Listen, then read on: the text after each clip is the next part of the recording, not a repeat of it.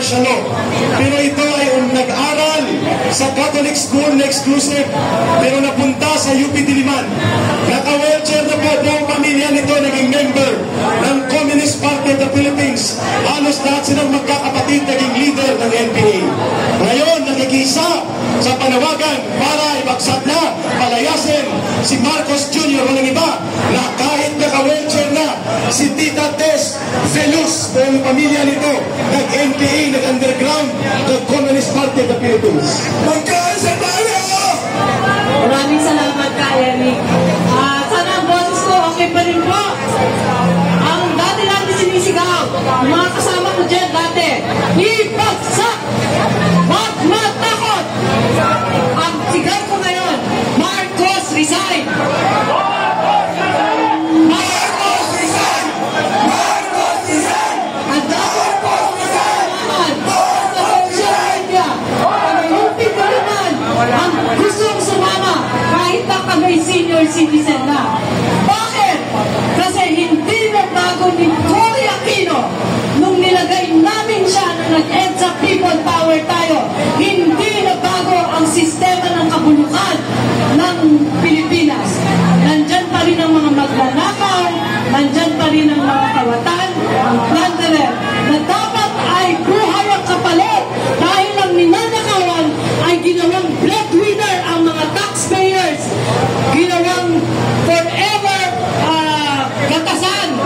Lahat ng ating galaw, simula ng paggising natin, tayo ay nagbabayad ng tax, ng buwis, tapos para nakawin lang ng party list congressman. Anong klaseng buhay ang binibigay nila sa atin? Dapat hindi ko boboto si Tatay Digong dahil kami ay puro aktivista sa bahay.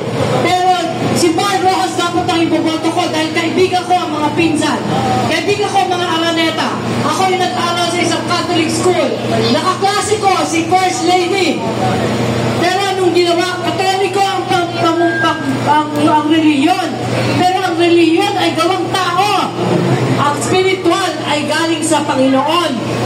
Maski si Father Jerome, kaya kung palalayasin tayo dito sa EDSA, si Father Jerome ay apo namin, spokesman ng CBCP. Ako ay nangongolekta at 18 years old. Nangongolekta ako ng kontribusyon para kay Cory Aquino sa mga senador na makakaliwa. Pati kay Joma. Marami yan ng mga senador at congressman na nakipagkaibigan, nakisiping sa mga komunista. Kaya alam ko, komunista talaga ang Dilawan at Pinklawan. Huwag din mo itago.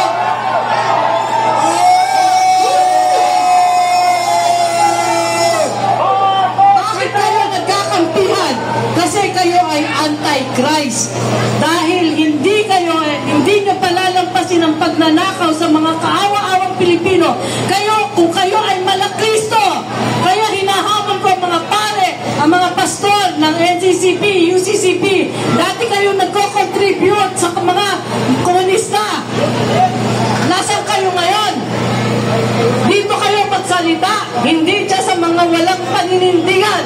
Kung may paninindigan kayo, kahit wala kayong gwadya, wala kayong kotse, wala kayong pera, kayo ay nakatira sa kung saan lang na pwede kayong patayin. Dapat kayo panindigan. Marcos resign! Marcos resign! Marcos resign! Marcos resign! Hindi ba tayo na-challenge, naka-wheelchair na po si Tita Tess Velus at siya po ay senior citizen. Ang buhay po niya at ng kanyang pamilya ibinuwis nila sa Communist Party of the Philippines, sa New People's Army at sa MDF. Kagaya ni Ka-Eric, ako po 21 years sa CPP, NPA, NDF. Si Tita Tess Velus, buong kapatid niya, buong pamilya ay nag-NPA, nag-Communist Party. Pero ngayon nananawagan, sobra-sobra na ito. Si Marcos na at si Romualdez, kasabwat na nila ang mga komunista, ang mga hilaw na komunista, at ang kanilang mga alipures, pati ang taong simbahan na pudol na rin nila. dati tayo magkasama sa kilusan ng pagwawasto ng katotohanan. Ngayon, kilusan ng pagwawasto ng kamalian at kabulukan ng Marcos, gobyerno ni Marcos.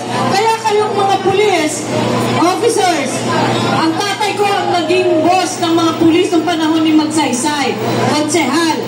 Alam ko kung gaano kababait kayo, may mga pamilya ko, may mga kapatid kayo.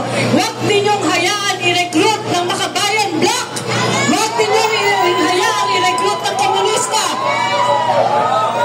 Kaya ay manindigan laban sa mga komunista, bangad, dilawan, pinglawan, at mga tiwaling mga kakampi ng mga bulok na sistema. Maraming salamat po.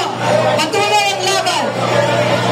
Ayon, Tatay Ben, tinatulugan natin ang boses ni Undersecretary Ben Ranque habang nagpapahinga si Tita Tess de Luz, at itulak natin ang wheelchair, padaanin natin ang boses ng mga matatanda ngunit matatapang pa rin at magigiting. Mabuhay ka, Tita Tess de Luz.